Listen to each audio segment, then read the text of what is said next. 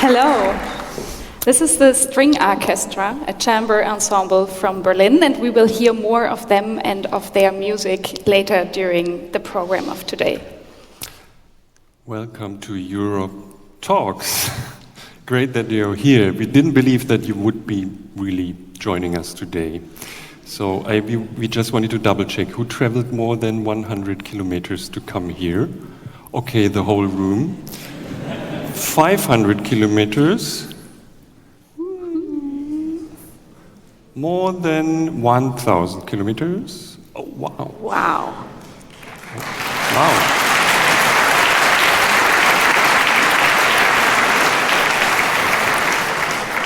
By the way, this is Maria, one of the inventors of Europe Talks. And this is Jochen, also one of the inventors of Europe Talks.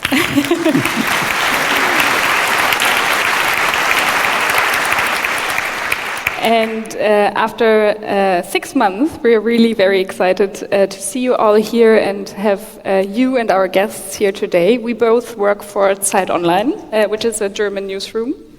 And Jochen will now tell you how exactly it came that we are all here together in the Beaux-arts in Brussels, and I will see you later.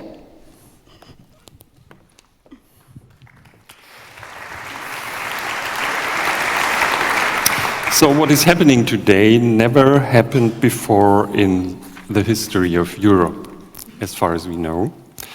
Today's Stamatis, a Greek software developer, drove to Bulgaria to have a political argument about Europe with Maria, a Bulgarian clerk.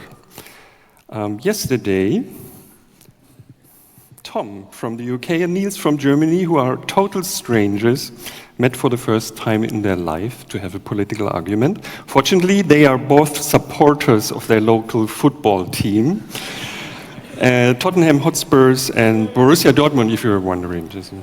So they met on the very spot where football rules were invented, somewhere in Cambridge.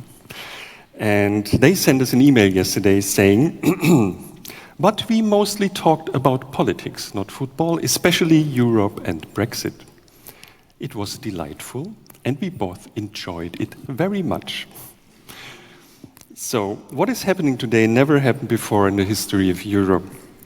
Thousands of people from 33 countries will meet a stranger from another country with very different political views all over Europe, from the very north of Norway to La Gomera. We call it Europe Talks. Our oldest participant is 91 years old. The greatest distance is a discussion pair. The discussion pair has to overcome will be 4,000 kilometers, right, from Gran Canaria to Poland. This event has been organized by 16 media partners from all over Europe. Most of them are here today. Thank you very much indeed to all of you, and welcome.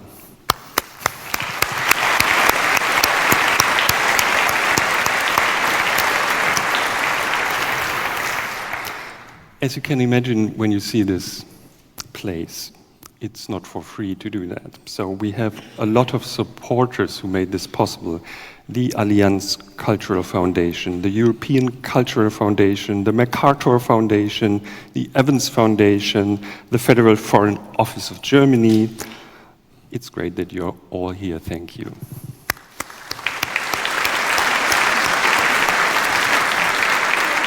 I also want to extend a very warm welcome to Michelle Müntefering, Minister of State of the German Federal Office. She will share her views on Europe Talks and European dialogue later on. And as most of you know, we tricked you, basically. We tricked the participants of Europe Talks into answering distinctive political yes-no questions so that we could match people with different opinions. These are the answers of all 16,000 participants. The most distinctive question we found, obviously, is this: should Europe have closer ties to Russia? Here, Europe seems to be divided. We see a 50-50 distribution, more or less. In contrast, more than 90% think that the EU improves the lives of its citizens. 90%. And only 20% think that all European countries should have strict national border controls. So interestingly, many polarizing questions we tried to invent because they seem to divide Europe didn't work too well in terms of separating Europeans from each other. The idea for all this emerged at this ping-pong table about 2.5 years ago, during a brainstorming session during the run-up to the German election. We asked ourselves how we could overcome the filter bubble and came up with many really strange ideas. And as always, I take pictures of the flip charts where we write down our ideas. Unfortunately, it's in German. But one of the strangest ideas is this: let's build a Tinder for politics. A dating platform for political opposites. What if you found a way to match two people who had very different political views and brought them together in person for a one-on-one discussion? The project Deutschland spricht was born on Germany Talks. The first cheap version of Germany Talks was basically a trivial Google form every one of you could use on the internet. We expected some 100, 200 people taking part. Then 12,000 people registered only on our website, ZEIT.de. So we had to build an airplane as we were already taking off. I hate people who Google their presentation on the internet, and this is what you find when you Google one at night, build an airplane while it takes off. So that's what we did. Because we couldn't possibly process so many registrations by hand, our data scientist programmed a quick and dirty algorithm that would automatically determine the best pairings, two people who answered our political questions differently, but who lived close by. To make this story short, the cheap first version of Germany Talks worked much better than we expected. Thousands of people met in real life. They sent us thousands of selfies, like this one. Almost all of them enjoyed it. We asked them later. 90% wanted to take part again. We are not sure if some of them married.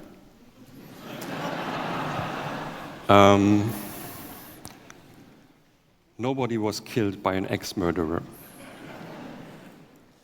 So we repeated Germany Talks a second time last year, and 9 really beautiful things happened. 9 beautiful things happened.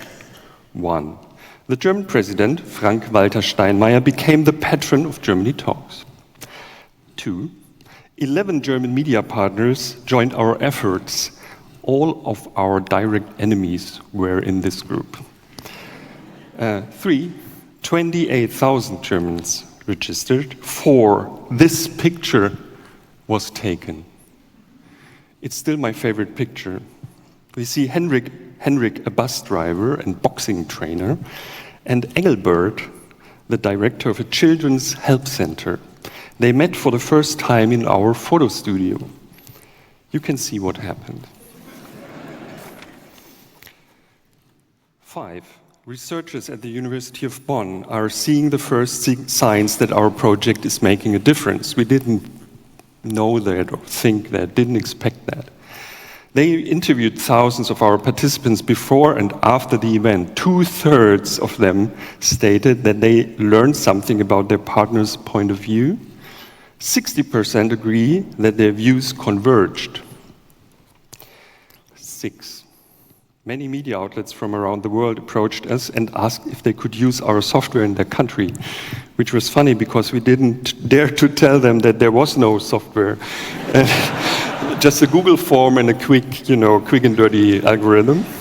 So 7, fortunately, Google approached us and asked if they could support us in building a grown-up platform.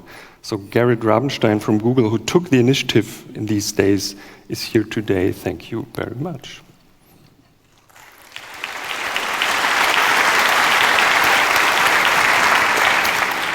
Our partners in Berlin, Dies Das Digital, built this perfect platform, shiny platform we have today. And they are here to hello Harry. Hello Harry. Hello Harry.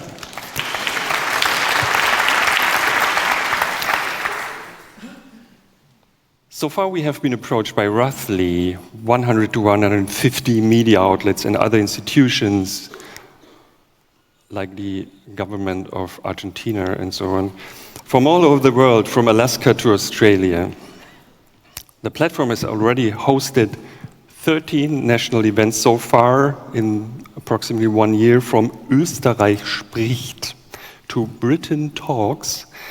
We also just recently had the pleasure of helping with Het Rote Licht here in Belgium. Did you say yeah? Okay. And some of our European partners came up with a very strange idea. They suggested a Europe Talks just before the European elections. We originally didn't think that would work.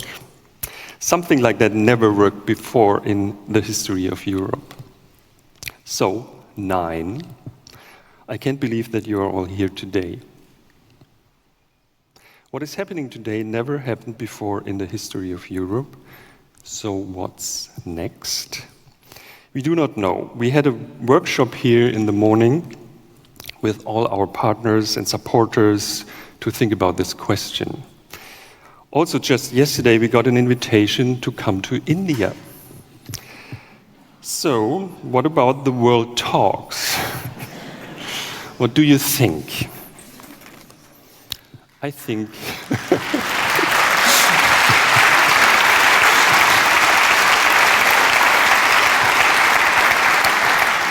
No. It's impossible. It doesn't work. It has never been done before in the history of the world. Thank you very much.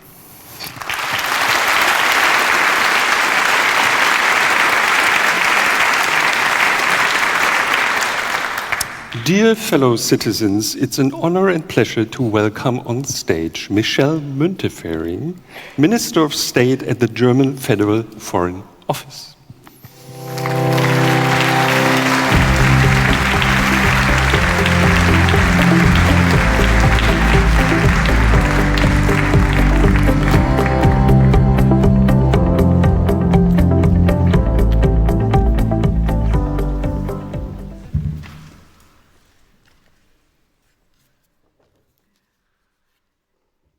Dear hosts of ZEIT-ONLINE, dear partners of the media network, dear supporters and partners of Europe Talks, dear guests, ladies and gentlemen, This is a quite interesting date over here, even if we are not online, but offline. But speaking about dating, all of Europe is faced with a big decision in the coming weeks. We will elect a new European Parliament on 26th of May. By voting, we will have our say on the future of our continent. And all of us can feel the great challenges it faces. On the one hand, young people are demanding that we do more to resolve to the global problems of our day, such as climate change. That gives me hope. On the other hand, we see that a close European partner and friend wants to leave the community of Europeans. This will have far-reaching political, social, cultural, and economic consequences for millions of EU citizens, and that worries me. Europe is at a crossroads. All of us are responsible for ensuring that we do not drift further apart, but instead move closer together. In a nutshell, the question is here, do we believe that everyone's interests are well served when each person thinks only of themselves, or do we believe that we can achieve more together? And I am certain that speaking with one another is already part of the answer to this question. And that is why I'm glad that this conference, Europe Talks, which has been organized by ZEIT-ONLINE and its media partners, wants to do just that.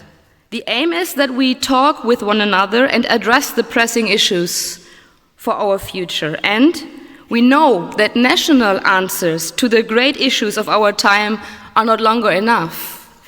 And it is also too short in the face of an emerging global new nationalism to seek purely national explanations for our problems, whether in Germany, the UK, or Poland. Today, we are more closely connected than ever, also culturally. Destructive antagonists are currently trying to steer the future of Europe. They stoke fear, and the global trend towards digital echo chambers means that a loud echo can be heard in response. We Democrats are not too few in number.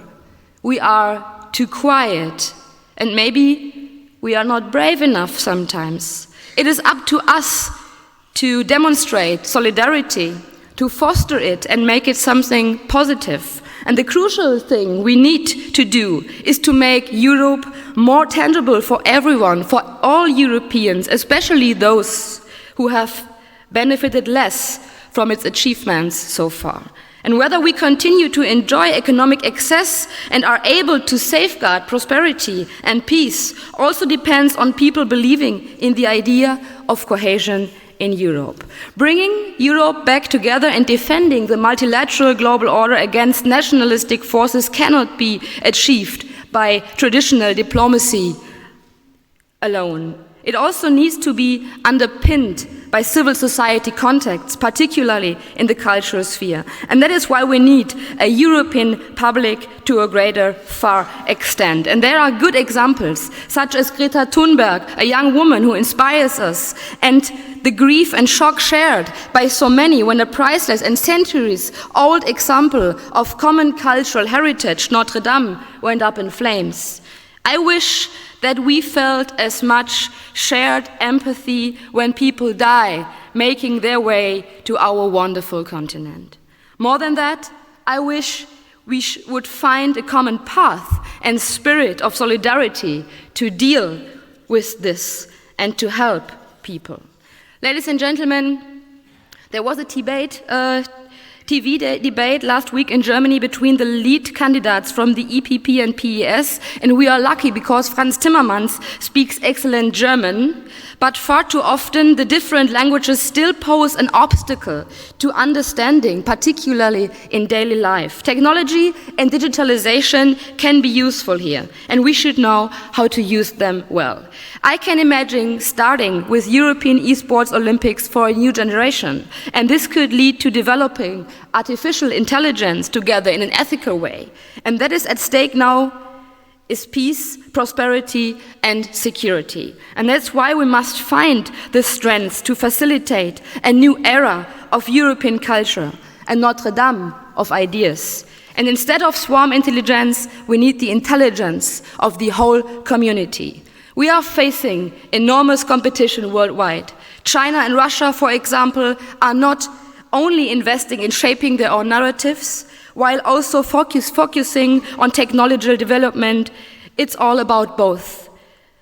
Or if we think about the huge digital firms from the US, the type of technology we have will determine how we live together. And it must be about us determining the technology, not determining the technology ourselves. Europe needs to introduce regular, compulsory tests for algorithms in the field of AI, and the European Commission's new ethics guidelines are an important step in this regards.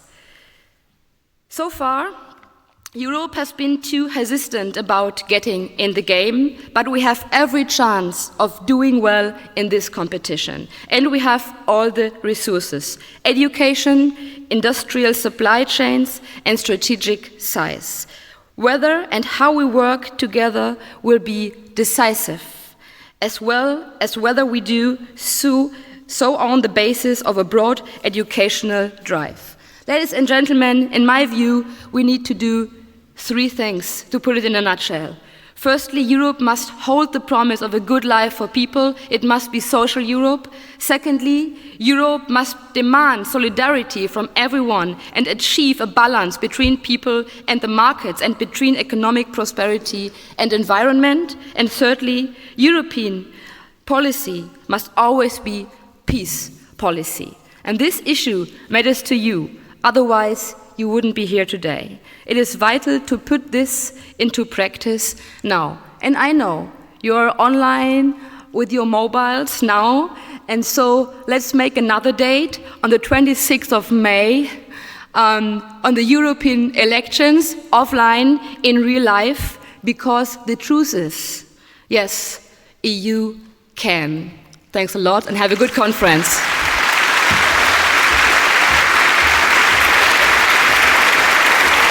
Thank you very much.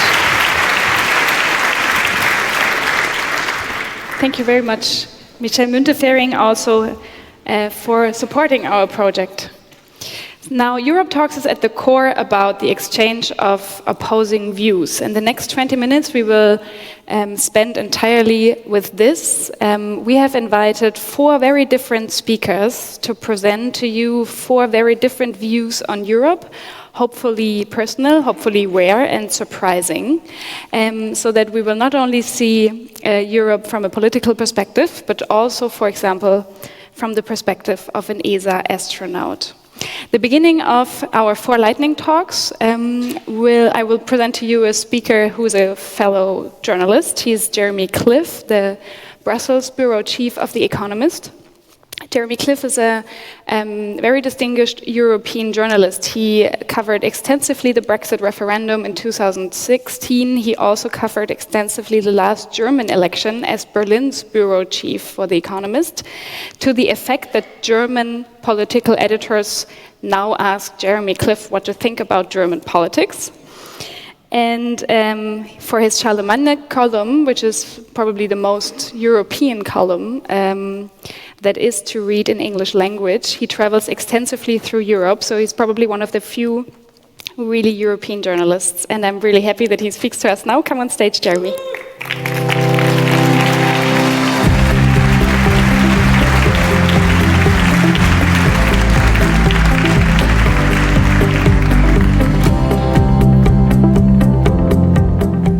Thank you very much for that very generous introduction, and thank you, I think, from all of us here to ZEIT-ONLINE and all of those who've been involved in organising this for this phenomenal democratic exercise. I really think it is unlike anything else we've seen, and it is exactly what Europe needs.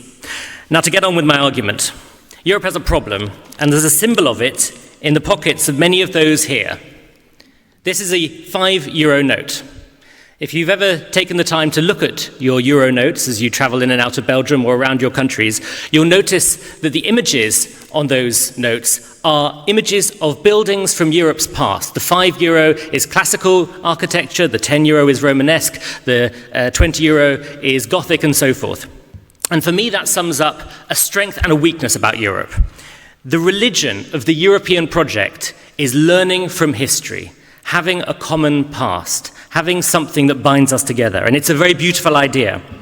Europe is heavy on commemorations of past events. In 2017, we celebrated the anniversary of the Treaty of Rome. Recently, we marked the anniversary of the armistice that ended the First World War. Later this year, we'll mark 30 years since the Berlin Wall fell. Europe is a project that's all about applying George Santayana's mantra, those who do not learn history are doomed to repeat it. And this drove Europe forward. Think about the aftermath of the fall of the Berlin Wall. We had the 1990s when Europe expanded institutionally. We introduced the euro. The EU as it stands today took its institutional form. The next decade, the 2000s, we expanded again, with this time geographically, taking in 10 former communist countries in Central and Eastern Europe.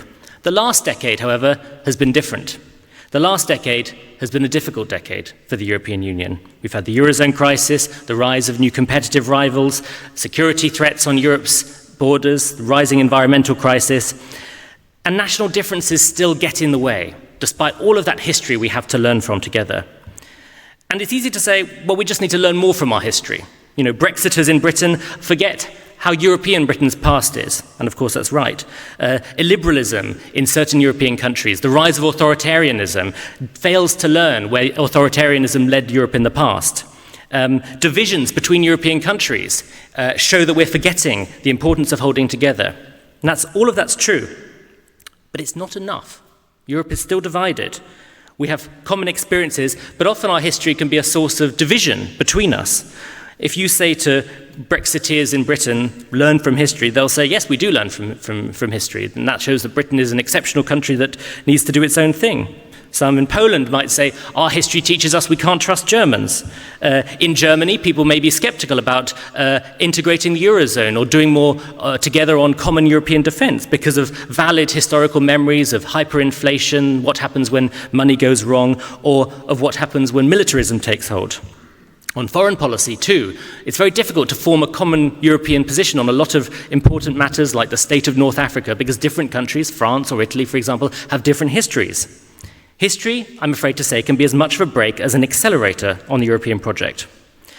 Now, what I'm saying is not that we shouldn't commemorate Europe's past or that we should forget it, but I think we need more than a common past for Europe to proceed. We need to think more about the common challenges that face us today and the common things that are holding us together, our common interests. We need to be a bit more, as the Germans say, we need a bit more Realpolitik. We need a bit more realism. If we look at the difficulties of the last 10 years, where Europe has held together in peril, it has done so, whether we're talking about the Eurozone crisis or the aftermath of the Brexit vote, it's done so because of the hard reality that Europe can achieve better, more together than it can apart, and that there is a common set of European values that we all want to pursue, facing these common challenges. So I think we need to put the history to one side for a moment, and I'm going to suggest that we change what we have on these notes. Instead of Europe's past, I want to see symbols of Europe's common challenges, the difficult, awkward things that we as Europeans need to deal with together.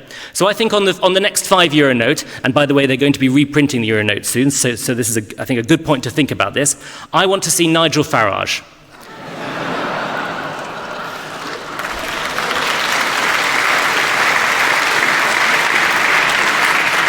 As a symbol of what Europe is fighting against and what needs to hold it together. On the €10 note, I want to see Donald Trump. On the 20 euro note, I want to see the logo of the Chinese tech giant Huawei, which is encroaching on European markets and poses all sorts of challenges about Europe's technological future.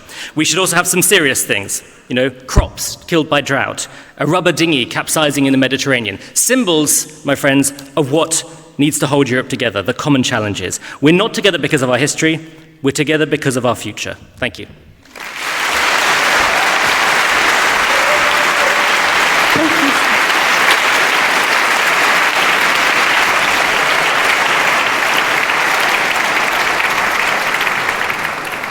Thank you very much, Jeremy. It's interesting with this format. We do that in Germany as well sometimes at conferences, and people tend to run off the stage right after they talk. So maybe the other speakers stay and enjoy your applause. Our next speaker is a 23-year-old, a very brave European. Her name is Yasmin Riran, and she just received the award as the Young European of the Year for her work in the field of equal opportunity for women in Europe, and especially for women from migrant communities. Yasmin Riran is the daughter of Italian-Moroccan parents. She studied in France at the Sciences Po Bordeaux, and she currently also lives in France and works there with young people from disadvantaged neighborhoods and tries to make their voices heard. Yasmin shares a very different perspective on Europe from most of us here in the room, and I'm very glad that she's here with us today and challenges the idea of a shared European identity. Yasmin.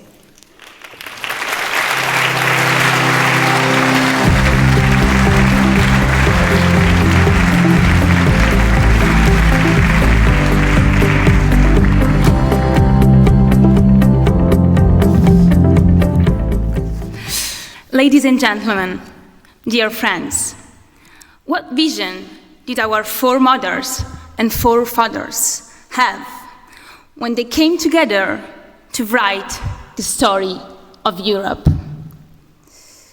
They believed that after decades of war, we, different people, could come together. Last month, I was awarded the Young European of the Year, 2019. But do you see me as a European? Or do you see an immigrant, a threat to Europe's demography, an oppressed, young, naive woman? I have been the face of newspapers lately, not to share my story, my achievements, or my journey, but as a label of discrimination, oppression, and xenophobia. I resolved to set myself free.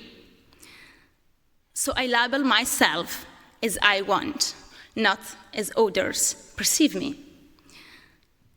When our existence is reduced to our physical appearance, we become objectified.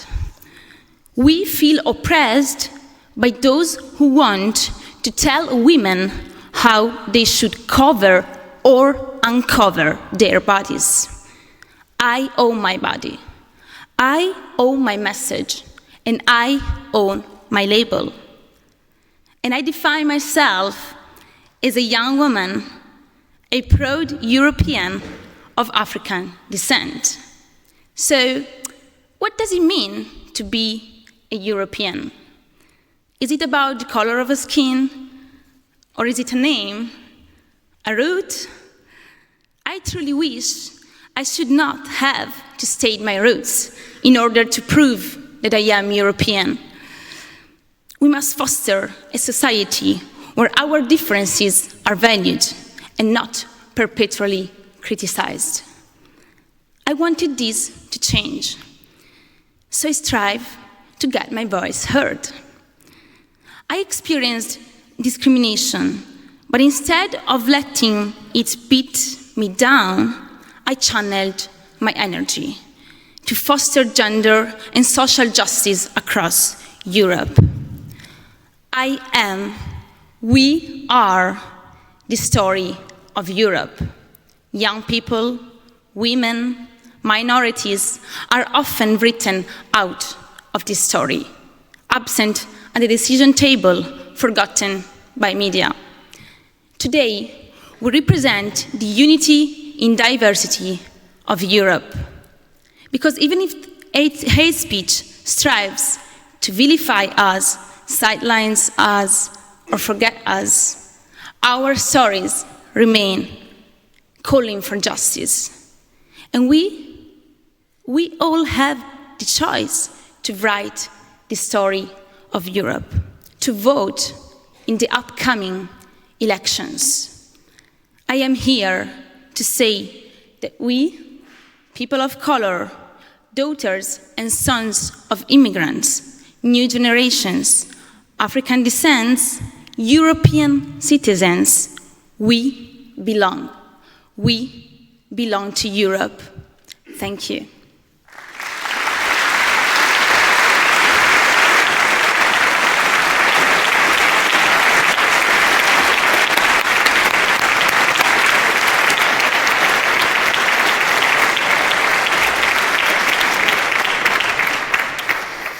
Thank you, Yasmin. Our next speaker is truly the local among us here in Brussels. I think we've all come here from very different parts of Europe. Philippe de Parijs was born here in 1951. He is a philosopher and a linguist. He's a very distinguished lecturer, professor emeritus of economics and social ethics at the University of Louvain here in Belgium. He's also a long-standing visiting professor in Oxford and Harvard universities. And one of his fields of research and expertise is the question, what has English, what is the implication if English becomes our shared language in the world, a lingua franca. And I'm especially happy that he's here to discuss this, because as you see, we all speak English, and for most of us it's not our native tongue. And when we created Europe Talks, it was probably the most difficult questions for us at ZEIT-ONLINE, but also among our media partners, if we can actually dare to invite all of you to participate in this project and to speak English to each other and not your own language. And there were thousands of reasons why we did that. One was that the platform, it was just too difficult to bring the software 28 languages.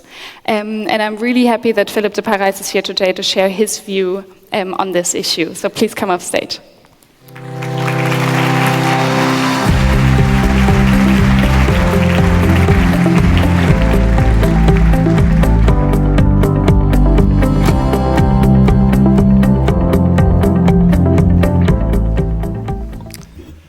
If you look back in history, if you look around the world, it won't take long for you to realize how privileged the situation is in which we live now, here, in this little bit of the surface of the earth called the European Union. An imperfect but amazing combination of peace and freedom, of prosperity and solidarity. Can we preserve that? Can we expand that? Can we make it sustainable? Can we share it with others? Yes, we can, but it won't be easy. And one fundamental condition for this to be possible is to be able to deliberate, to collaborate, to mobilize together across our national borders. And for this to happen, a trivial condition must be met. And this trivial condition consists in having an instrument, efficient and cheap, for communicating with each other. What might that be? For the written word, has just been mentioned, we could rely on artificial intelligence, on machine translation. It will be of great help. But for the spoken word, machine translation will only help when we'll have learned to speak like machines. And hopefully that will never happen. So we need something else. What might that be? It exists, that instrument. I'm using it now. It is English. English, you might say, well, haven't we heard of Brexit? So with Brexit, if it happens, is English not on the way out? Not at all, not at all. It will make English, if it happens, it will make English even more suitable for that purpose than it currently is, because it will make English more neutral. It will no longer be the official language of one of the big member states of the European Union. But isn't it embarrassing to use then among us Europeans a foreign language? But English is not for us Europeans a foreign language. It is a continental European language. It is a mixture of German and French that was imposed on the British population in two waves. First wave,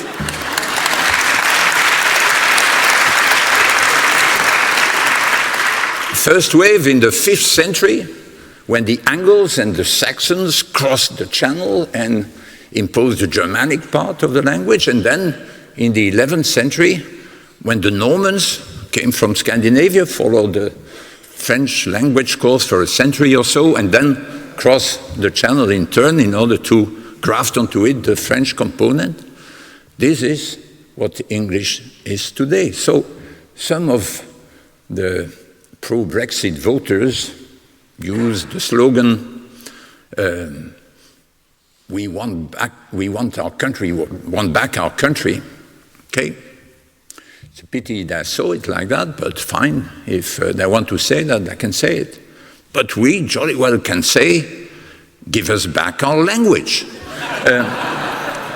And of course, this language, once we reappropriate it, we don't need to try to mimic the Mrs. May or Mr. Trump in the way we speak it. We can speak it with the great variety of our local accents.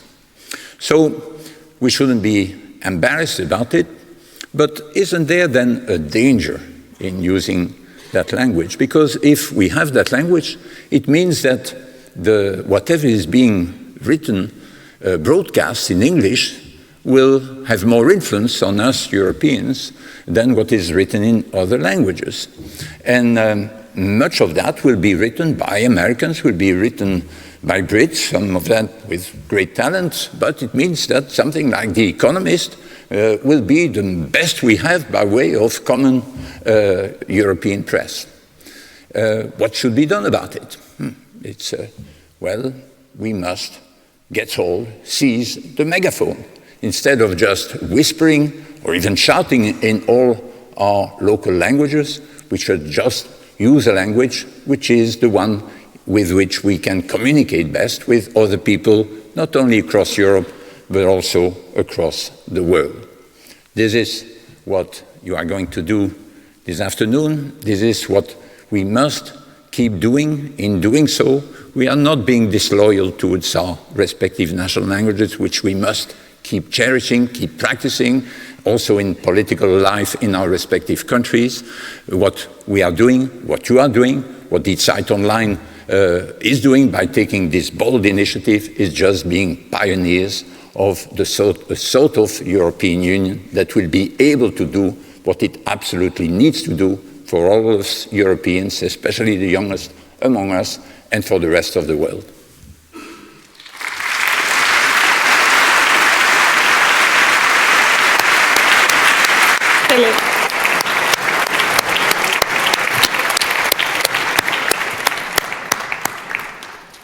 Thank you very much. So this afternoon will be a practice in taking back English. Our next speaker is probably one of the most outstanding Europeans of our times, I'm afraid to say. I'm really impressed by her. Samantha Cristoforetti was born in 1977 in Milan. She studied aeronautical sciences, mechanical engineering, aerodynamics at the universities in Italy, in Russia, in France, and in Germany. And after that, she completed her training as a fighter pilot for the Italian Air Force. And she served as a pilot until 2009. She was selected as one of a handful of astronauts for the European Space Agency. And between November 2014 and June 2015, Samantha Cristoforetti spent 199 days in space aboard the ISS. I can only recommend to all of you to watch Samantha on YouTube explaining how to live and work and repair the ISS at the same time.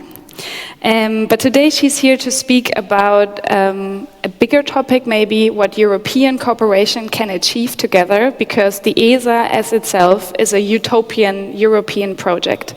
And Samantha, welcome on stage.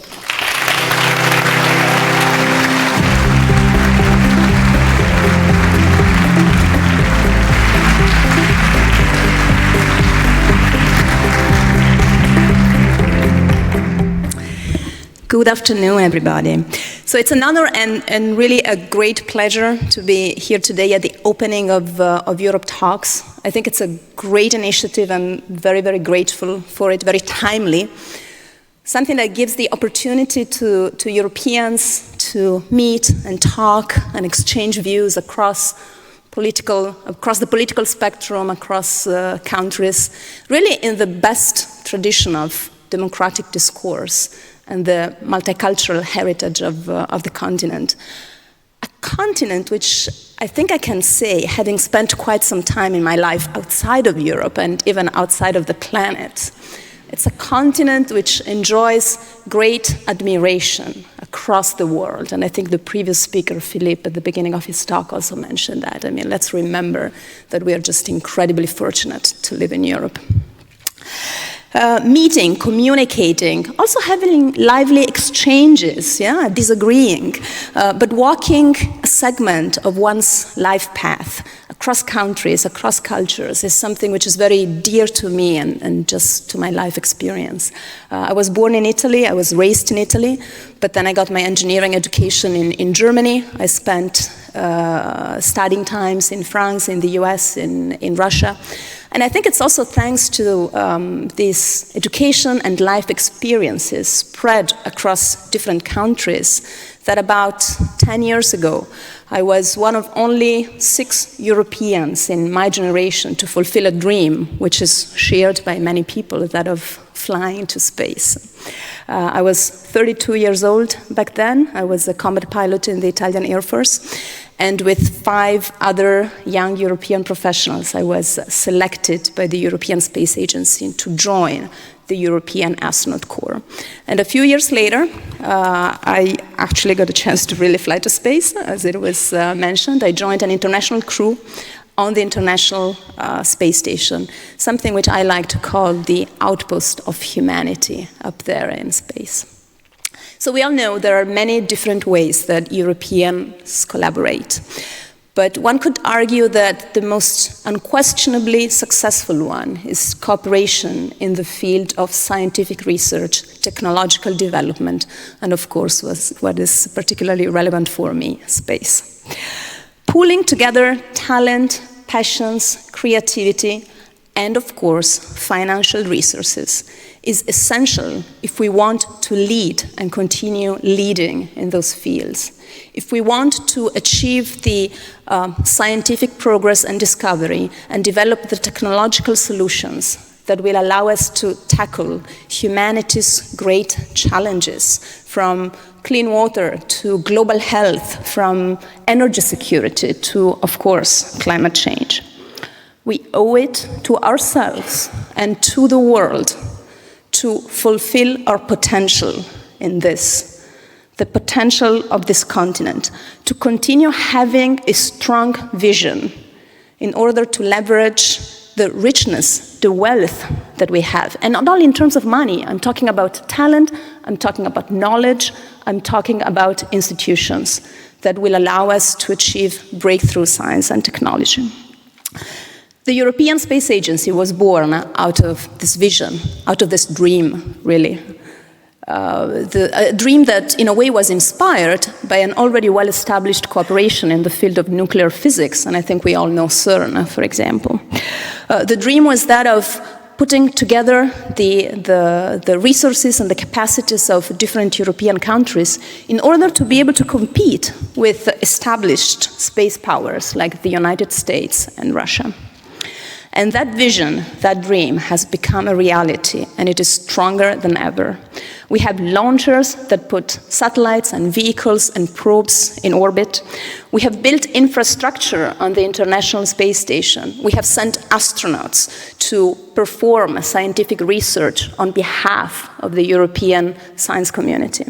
With Rosetta, we have landed on a comet. With Huygens, we have performed a landing further out in the solar system than any other space probe. With Hubble, Herschel, Planck, we are looking far into the universe.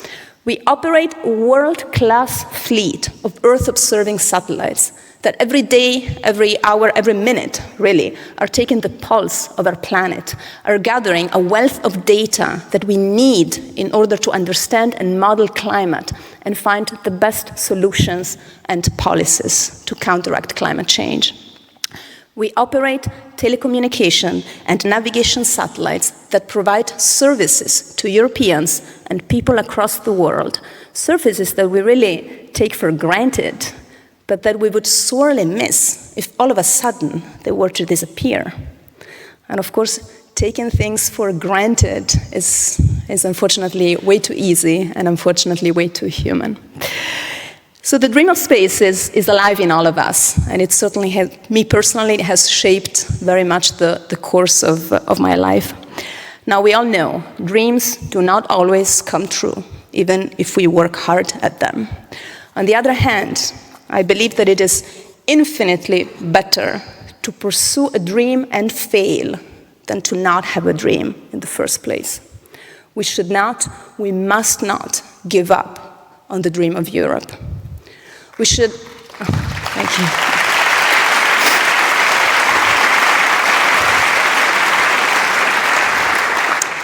We should honestly acknowledge problems, face them in the eyes. We should be willing to change course as needed. We should be willing to acknowledge that not everybody has benefited in the same way. But let us continue to pursue the dream. Let us think and work and live with the future generations in mind, because we're really only borrowing the planet from them. It doesn't belong to us, it belongs to them. And so let's build a future in which our children can live the European dream of prosperity and fairness. And let us give to the world the gift of a strong Europe in which European values play an important role in shaping the future of humanity in this beautiful small spaceship Earth that we inhabit. Thank you.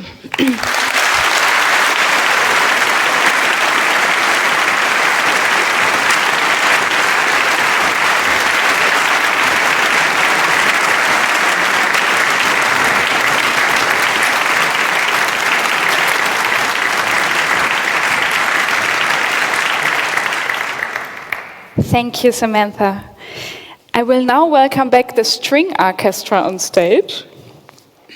And before they appear, I will ask you for your support for the next part of this program, because not everybody who we will welcome during the rest of this program on stage is a professional speaker like the 4, 5, and 6 people we already heard. And if you know somebody is stumbling upon his words, I rely on your support for the people we will talk to now. Please come on stage. The string orchestra.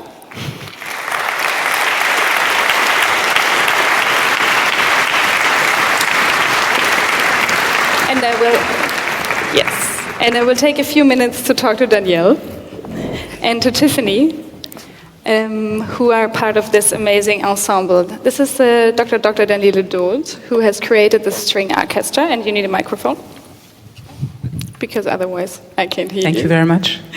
You're a musicologist, you're a violinist, you hold PhDs in theater studies and in opera studies, in musicology, and you are a teacher in very different universities in Europe.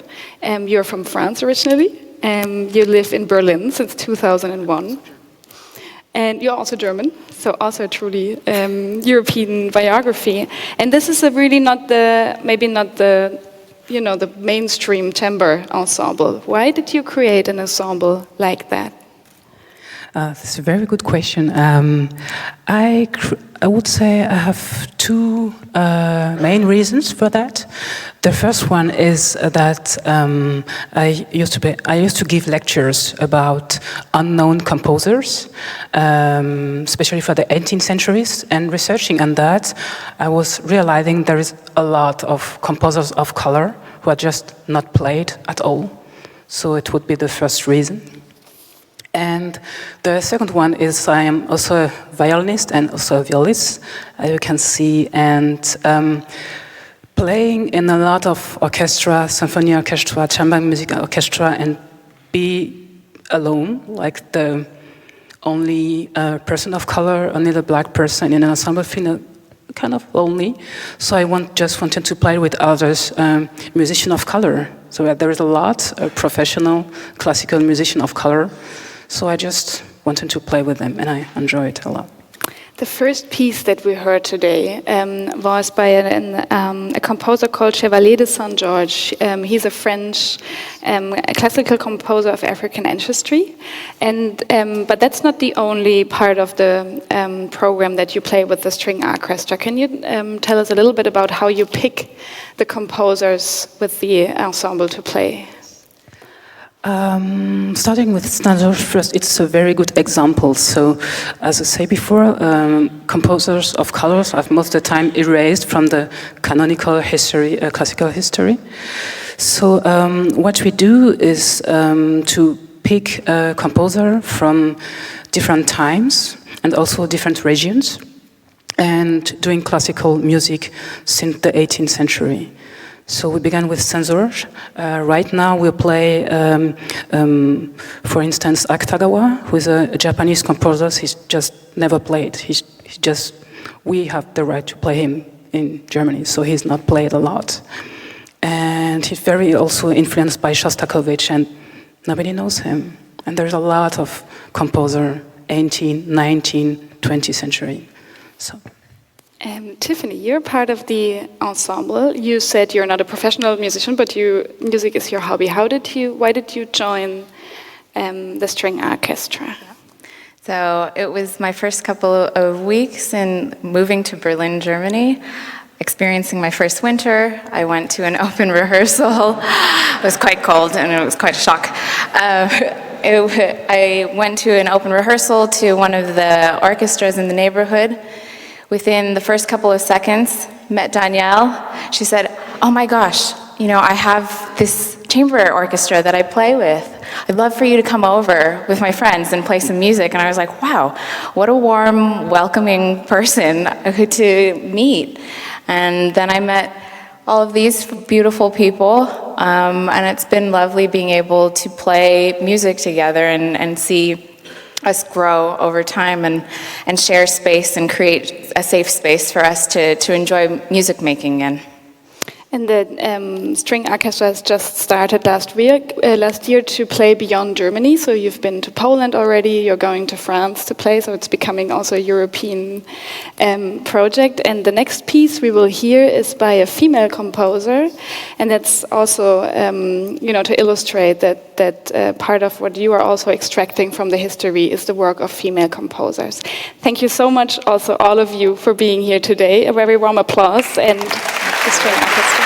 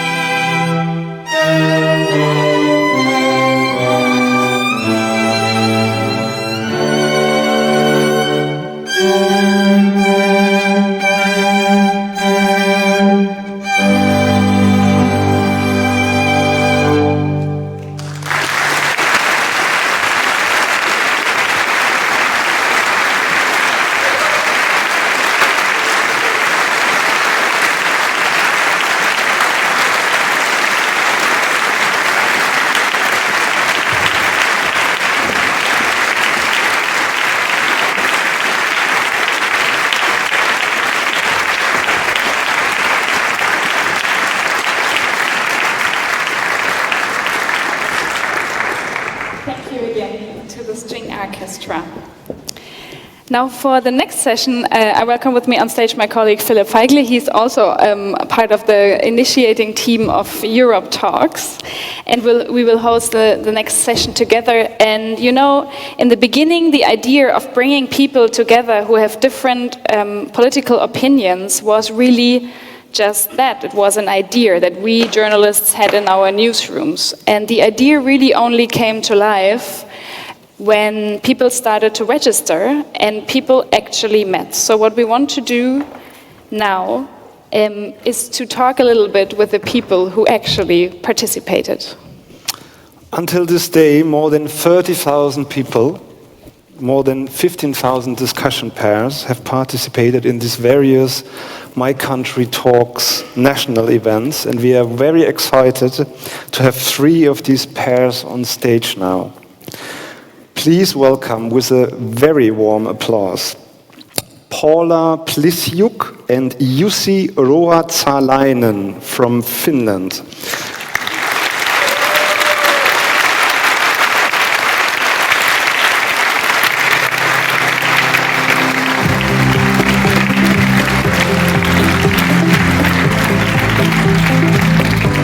Please welcome as well Anne Helgers and Anno Mühlhoff from Germany.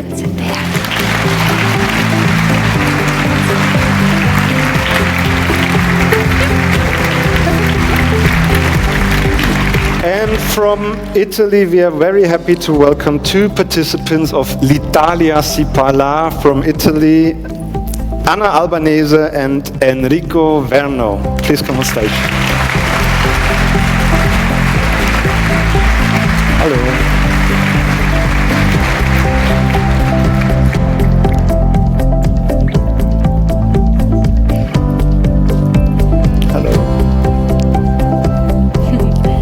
Great to have you here. Paula and Jussi, I hope that's okay. I will introduce shortly who they are. This is Paula. She lives in Helsinki for 40 years. She is 69 years old, a pensioner and no, 69, yeah, and a mother of 3. You are a former office manager and a professional translator. And this is Jussi. He's 44 years old. He lives close to Helsinki as well. He's a finance manager for a wine import company. And he lives with his male partner. He enjoys jogging, taking long walks in the woods, and to watch Netflix. Yes, that's accurate. Like most Europeans. Yeah. And our algorithm has matched you two together to have a conversation this March in the Suomi Puhuu event. And Paula, maybe you can tell us, why did you sign up for this event? Why did you participate? Out of just curiosity. I'm a curious person, and I just answered the questions instantly, without thinking that I will one day be here. And you said that you are a curious person and you are interested in politics lately, but you said you discuss politics mostly with people from your friends and family, no? Yes, as most of the people, I think, talk in these bubbles. And but I really participated in this thing because I want to talk with different people and with different opinions. Jussi, what were the questions, the topics in the 7 questions you answered that you thought would be interesting to talk to somebody about who is not, who doesn't share your view or your opinion in these topics? Well, basically, we had very many interesting topics to start with. Perhaps two of those were the most important for me personally, and interesting because I knew her opinions were very different from mine. And first of those was same-sex marriage and adoption rights for gay and lesbian partners. And then the secondly important thing or topic for me is the global warming and how to stop that. And in there we also had very different opinions in that topic. It's true.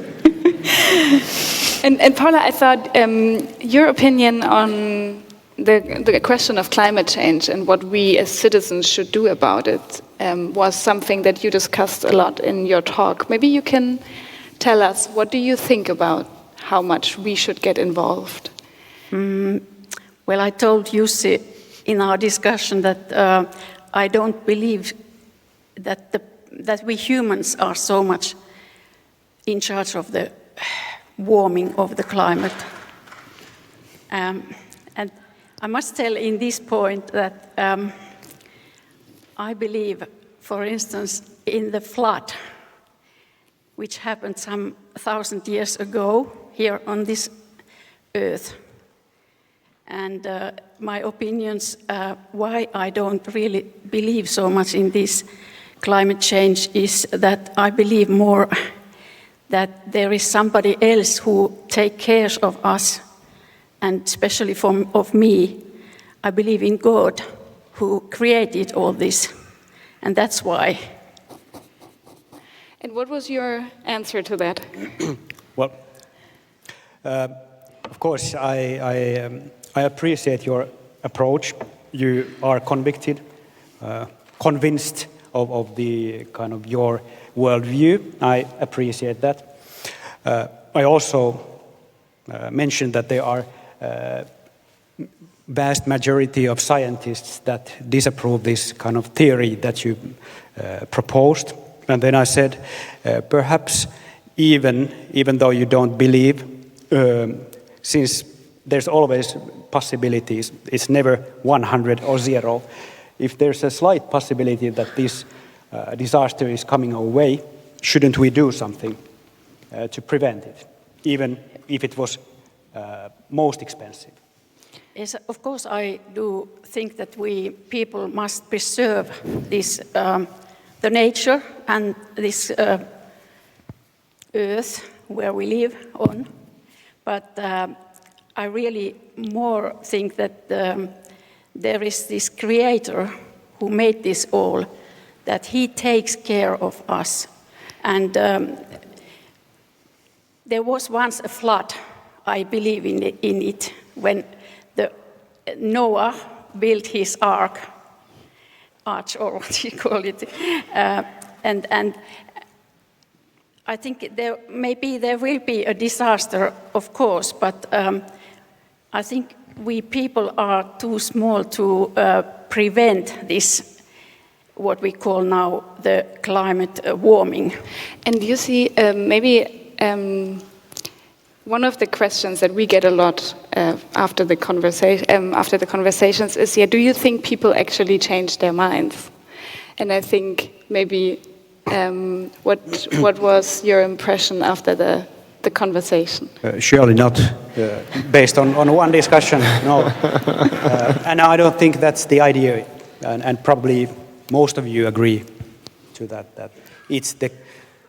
For me, the main thing for the discussion was to meet with Paula and have a contact with somebody who has very different opinions to mine. And now I know Paula, and there's a possibility that when I know a person, that I appreciate points that I earlier didn't appreciate, because I didn't know anybody that has, but now I do. Thank you very much for being here today. Thank you.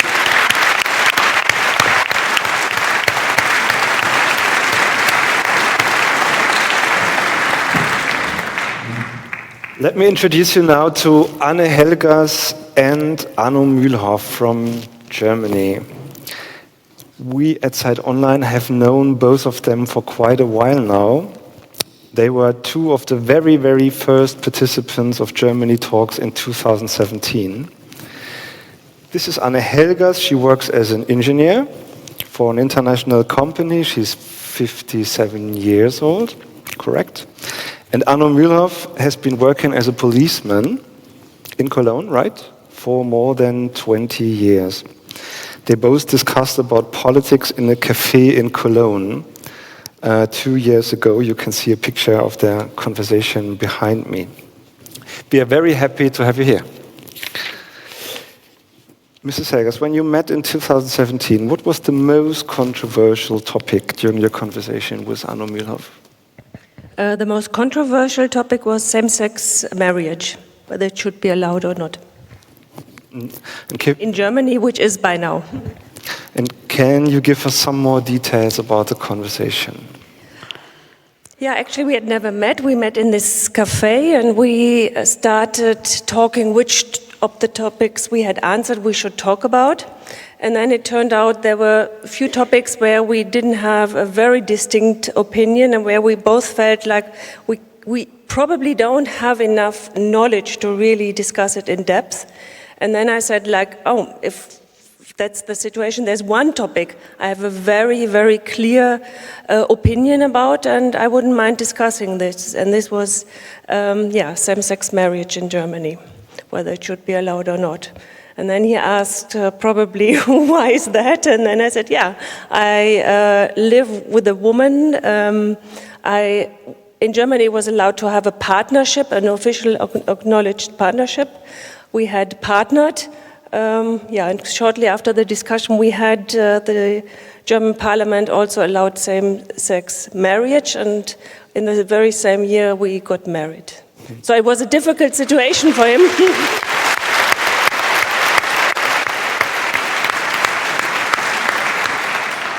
And Mr. Müller, how did that information change your perspective on the debate about same-sex marriage?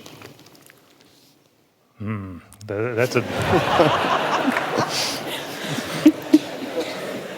I would rather say it softened my hold on the topic, or my strong opinion about it. And that happened mostly because I placed my arguments in a way that hurt Anne's feelings. And luckily enough, we noticed, or I mean, she noticed for sure, but I noticed that, and she was kind enough to accept my apology about that. But that turned the whole thing into something personal, and a little bit moved.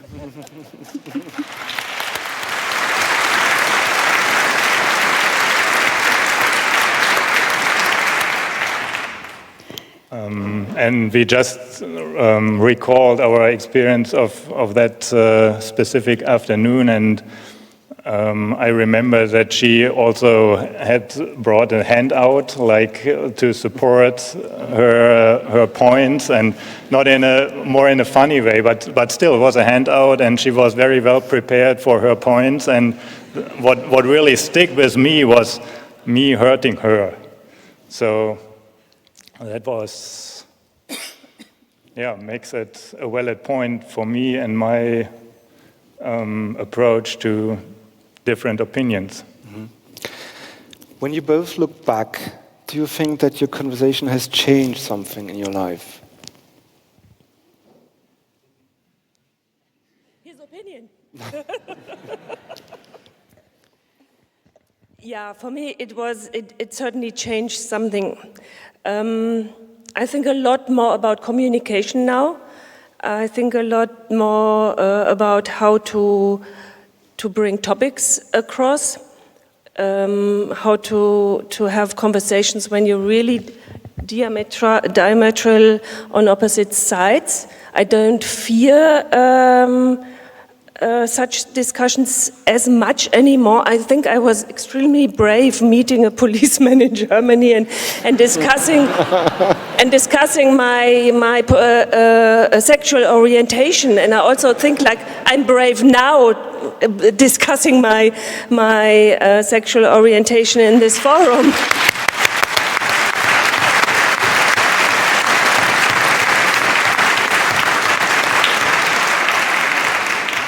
And sometimes I wish it was Russian politics or something. It wouldn't be so personal. But on the other hand, that is a main message. When you're personally engaged, and if it's something to your heart, and we have seen that with the talk before, you are so much better conveying your topic, and it's so much more authentic. And I think that is key to communication and to trying to bring your message across. I was going to say to convincing, of course, finally, I would like to convince the entire world of people like me. We are wonderful people and we are okay, but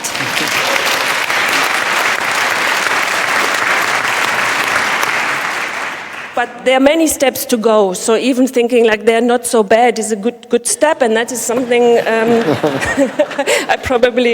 I hope I achieved. So it has changed my life, and as I said in the talk in Berlin, Frau Merkel, after this interview, and after changed her mind, and she made same-sex marriage to a possibility for members of parliament to vote for, regardless of their political party. So I think we achieved something.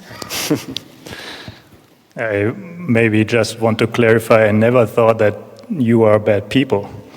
So I think it didn't need to change in my life. It was really about the act of and having it on the same level. And I mean, that would be a longer discussion again. I think that's not the point. As I pointed out before, it's a personal thing, and like really, today I would say it's really more important to listen and to understand people rather than convincing someone about a different opinion. Thank you very much. You said something very important you need to discuss again, and it's not solved with one talk. You need to keep on talking about the topics, and you need to spread as well. So this is just the start. Thank you so much, Anne Helgers and Anna Mühlhoff.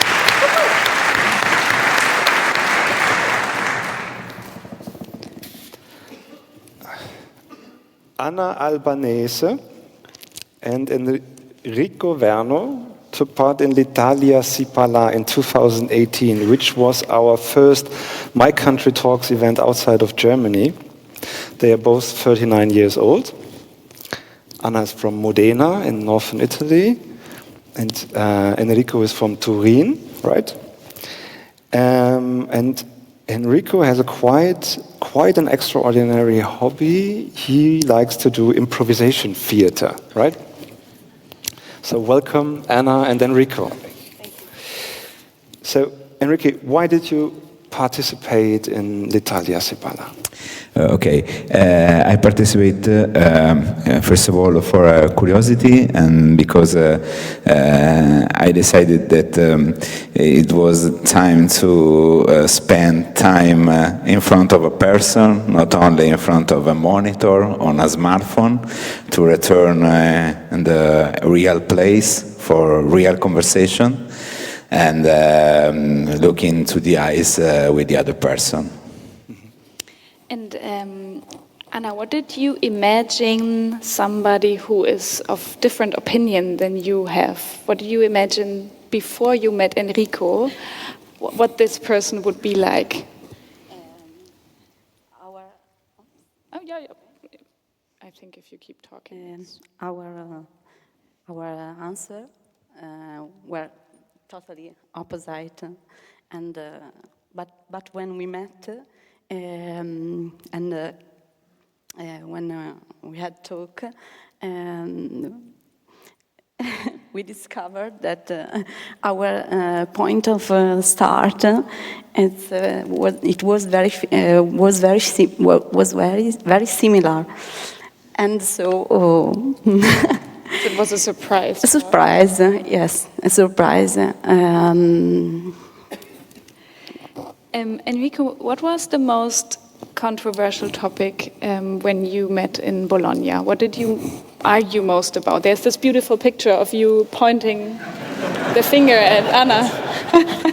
What did you try to tell her? I don't know. I don't remember why I have this finger, but I didn't accuse someone, but I don't know. I remember the main theme where we have different ideas was with a gay adoption, and but I was hidden by the idea of Anna about the concept of love. Because she described me the possibility to see to the importance of love a child first of all, and the right of the love for the child and the duty of the person, of the people about the child. And so it was a great, really important conversation for me, but I didn't change my idea. To prove our point. Yeah, I'm really honest. That would have been my question. Did one of you change your mind? So the answer is no. No. Okay. And I know that until today, you two are in WhatsApp contact with each other. And what was the latest topic that you WhatsApped about? What was the latest, exchange between the two of you? About this experience or in No, just when you last WhatsApped each other. This morning. I wrote her at, I think, 11 o'clock. Okay, sorry, Anne, I just arrived. Yeah, because our meeting, it was at the beginning at 8 o'clock to see Brussels, but she was really precious, really specific on the city, but I preferred slept late. So, Enrico and Anna, our pair from Germany and our couple from Finland, thank you so much for being here with us today.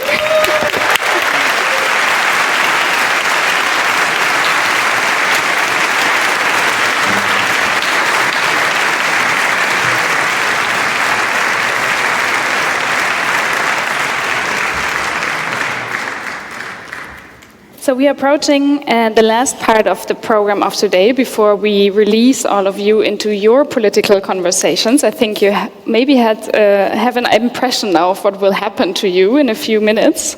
And before that, I want to invite you to broaden the view on Europe, because we've talked a lot about Europe, and maybe it's time to look at it in a different way also today. And to do that, I welcome to me on stage Yvonne Lee Schulz.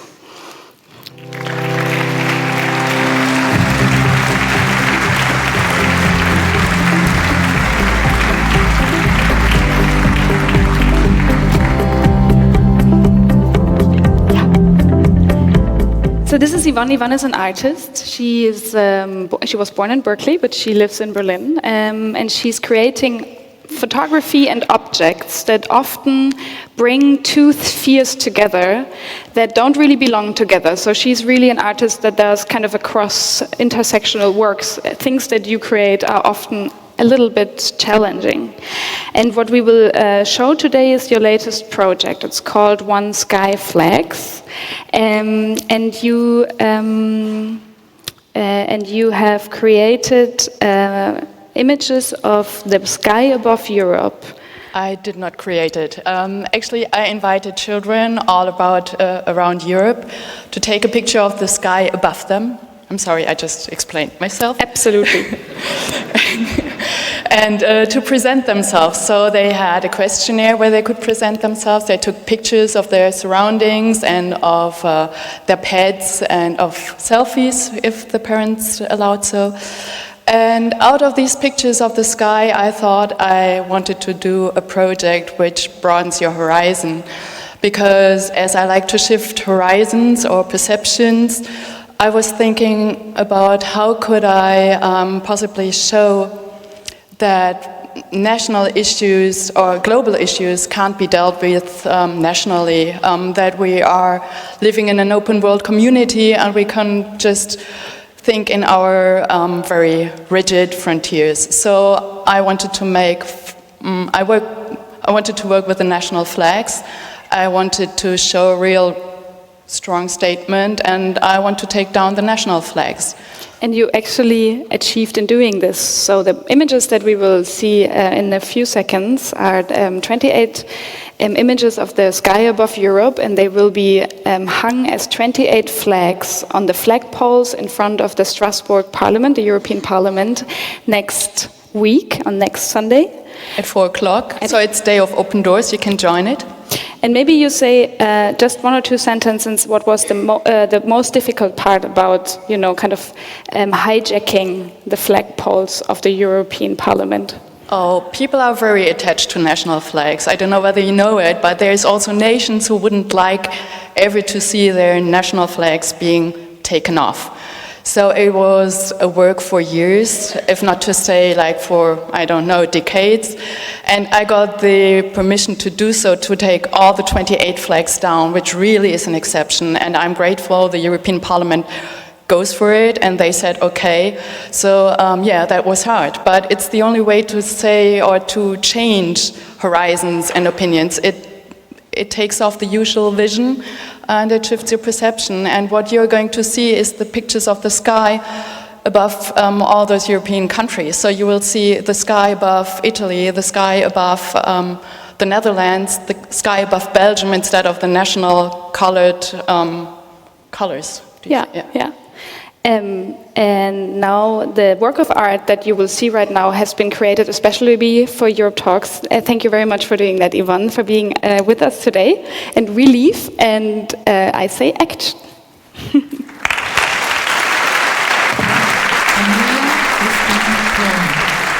I would like to be at the end of the world, because it's without people. Julie, 13, Czechia. The best gift I ever received is family love. On happiness. Kilian, 14, Croatia. The biggest joy I get is from my dog, who is always in a good mood. Nora, 10, Lithuania. A sound I like to hear is silence. Amelia, 14, UK. I would like to be right here, because I'm with people that make me happy. Andy, 10, Bulgaria. The most important person in the world is me. Clara, 14, Denmark. The most important person in the world is the inventor of potable water. William, 11, Slovakia. The most important person in the world is PewDiePie, a top YouTuber. Benz, 12, Hungary. My biggest wish is to always be happy. On fairness and importance. Joel, 14, Germany.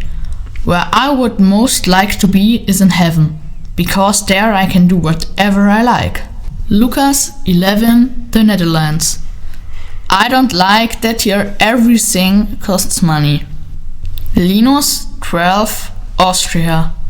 What I like about this place is that almost everyone has equal rights. Sky. Juan, 8, Spain.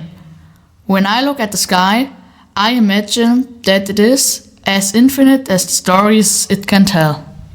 Theodora, 14, Romania. The sky in my picture is beautiful because it looks like my soul.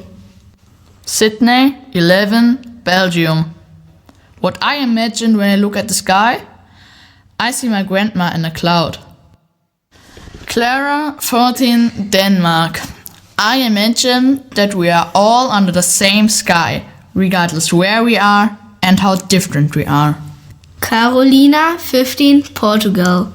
I imagine a parallel world where everything is perfect. Iska, 11, Finland.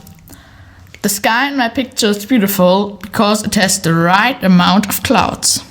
Kaya, 10, Slovenia.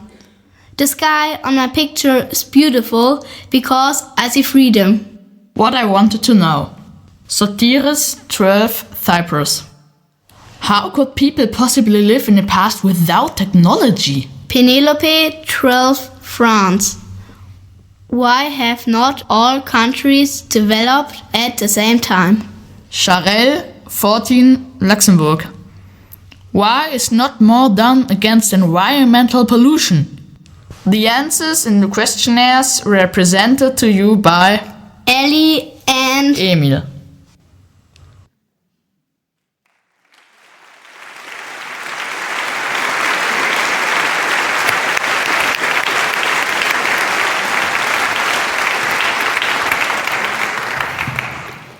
So we are close to the end of this program, and the most important thing is don't move. Don't move.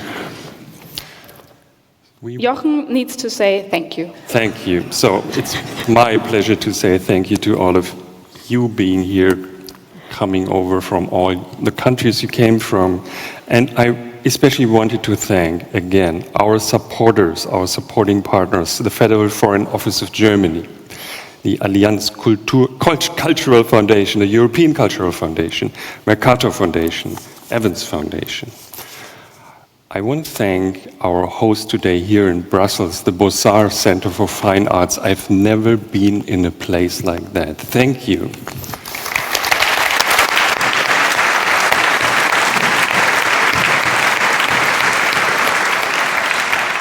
Thank you to our logistics partner, which is Interrail. Thank you to the initial My Country Talks supporter, which is Google. Thank you to all the 15 partners of ZEIT-ONLINE who made this happen. Der Standard, De Standard, NAC, Capital, Politiken, Delphi, Helsingin Sanomat, Arte. Ephemerida ton syntakon. I know I can say it, sorry, from Greece. La Repubblica, HuffPost, Delphi, Morgenbladet, Gazeta from Poland, and the Financial Times. Thank you very much.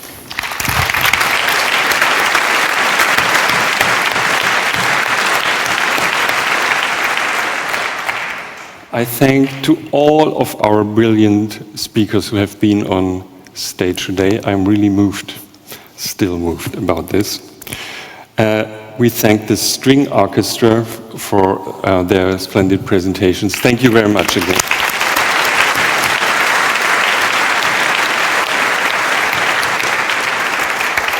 If you were wondering, there's a large team behind this, the My Country Talks team and the production of this event. It's 14 people altogether, so I don't read all the names. Thank you all.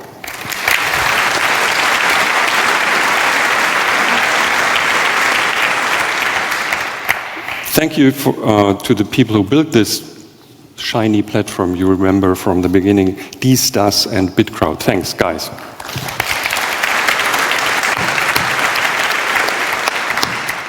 And thanks to all the journalists out there somewhere in the field reporting on this event all over Europe. On our part, it's 23 people, so I don't read the names, and there are, I guess, another 100 running around Europe and covering this event. Thank you very much.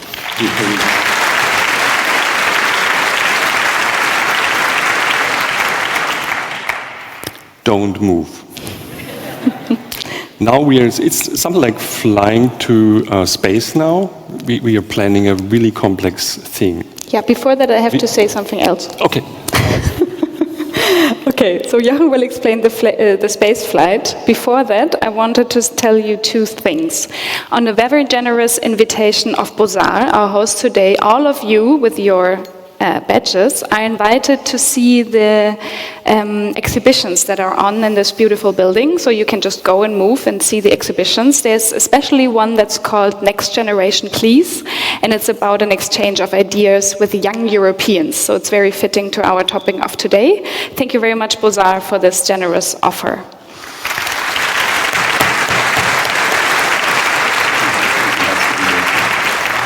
And then the second thing is that there are people here in the room who have come with their match. You can go directly to the Terraken room. You go this direction and then down the hall and then to the left. You will see signs. There's a room with tables and a bar, and you can have your conversations there if you want to. Because you don't have to. You can also leave the building, but there is space if you want to.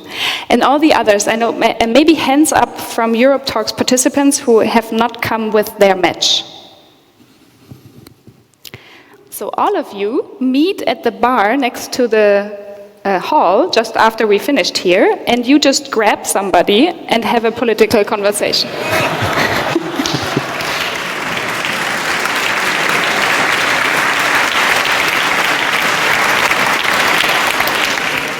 Don't move, don't move. So we are taking 3 pictures now, and it's complicated, so you have to be concentrated now. First of all, the first picture is for our colleague Sebastian. He's one of the masterminds of this whole thing here, and he can't be here. So we promised to take a selfie from stage with all of you waving, right? So can we have some light? Maybe? Can we? How about some light in the room where the audience sits? So that's the point where the production is getting really upset. Thank you. So, say hi to Sebastian, please.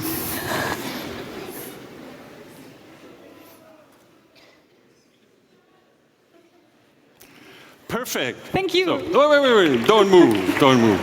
Second picture. all the participants who are here with their partner or without their partner, that's fine. Could you please come on stage now? Only the participants. That's not all. We're taking a third picture, so all the others do not move. Only the participants, please.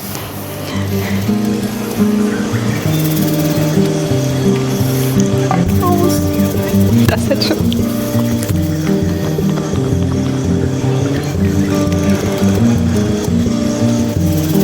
Wir müssen nach hinten, ne? Could you go to the back? Maybe you, yeah. Please go to the back of the stage.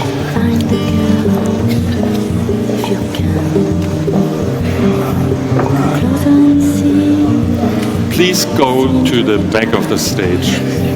Just follow your eyes. Just follow your eyes.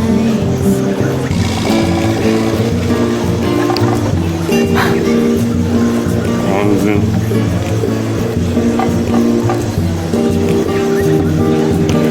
I hear a voice calling my name.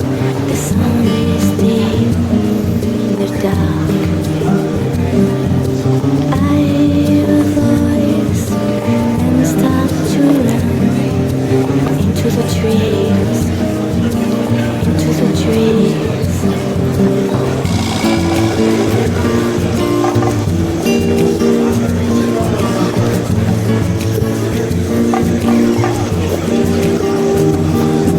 Suddenly I stop, but I know it's too late. I'm lost in the forest. The girl was never there, and it's always the same. Running towards nothing, again and again and again and again and again and again and again and Das wird ganz super. Kannst du die Musiker vielleicht schon mal aktivieren? Das ist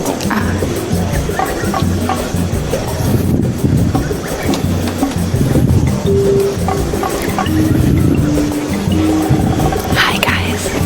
Hallo. Ihr wart ganz großartig. Vielen Dank. Wir holen gerade alle Participants auf die Bühne für so ein Gruppenbild. Wenn ihr das Bild nur mit den dann mit allen. Just if you want to be. Was gleich mit auf die Bühne. Super, genau. Also gucke gleich nochmal hier durch und blicke. Ja? Cool, super.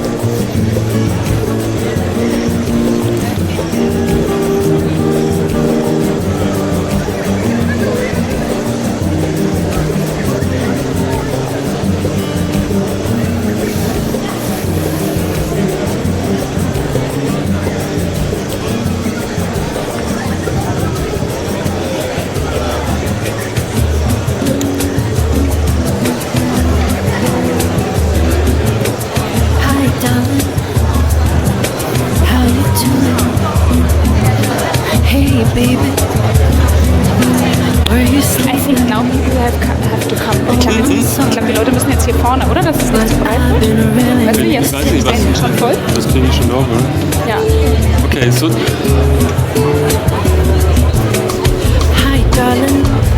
Okay, maybe the next people can come up here in the front. Here? Oh, I'm sorry. Here is good. Maybe you want to stand there.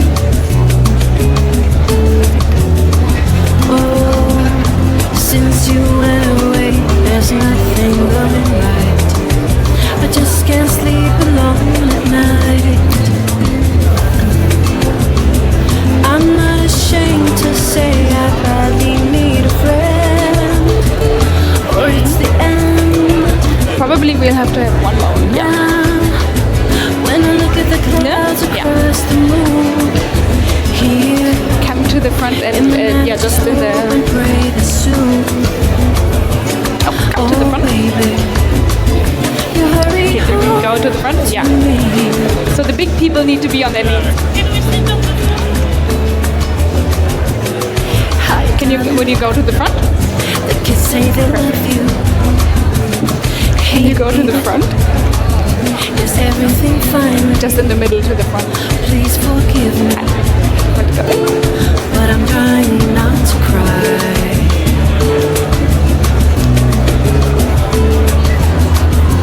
Oh, I've had a million different offers on the phone, but I just stay right here at home. I don't think that I can take it anymore. This crazy world. Now, when I look at the clouds across the moon, More to the middle. Oh, baby, you hurry home. Jakob? Bei den Computern. Ah, okay. Does it need to be closer? No? Perfect? Okay. More people to the front, please. Yeah?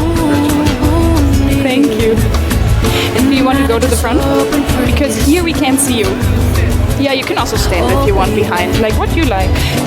Do you feel comfortable sitting? Yeah?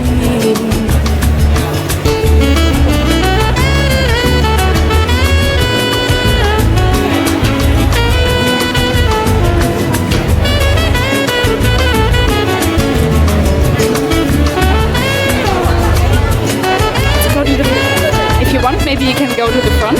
Maybe you can go to the front.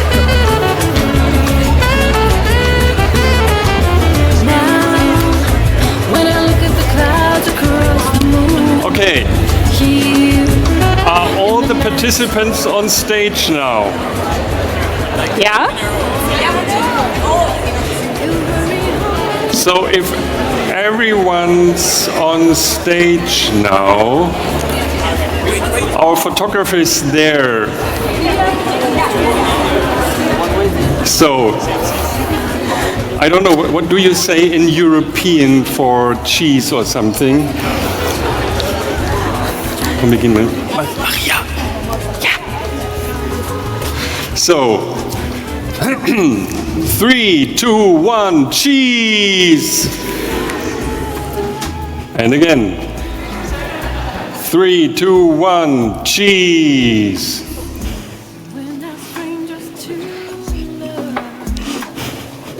Ah, there. Yes? Okay, no, don't move. No, Okay, no, no. don't move. Don't. Because now we will ask our speakers and our partners, the team, whoever. everybody on stage who was participating.